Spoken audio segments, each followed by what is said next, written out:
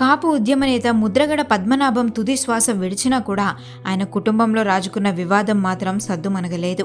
తండ్రి చివరిచూపు కోసం కీర్లంపూడి వచ్చిన ముద్రగడ కుమార్తె క్రాంతిశీలను పోలీసులు ముద్రగడ అనుచరులు అడ్డుకోవడంతో తీవ్ర ఉద్రిక్తత నెలకొంది.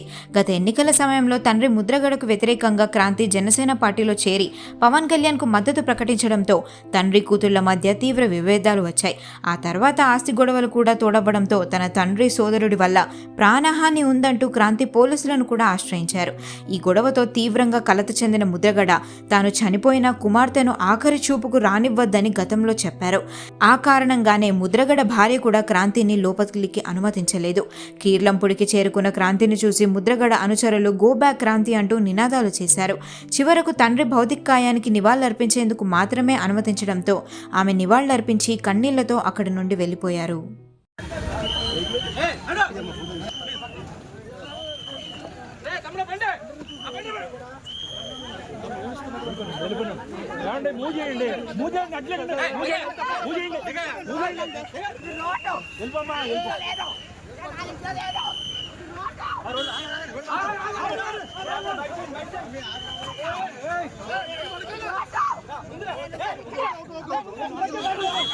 ఎక్కించండి ప్రాబ్లం రానివ్వండి.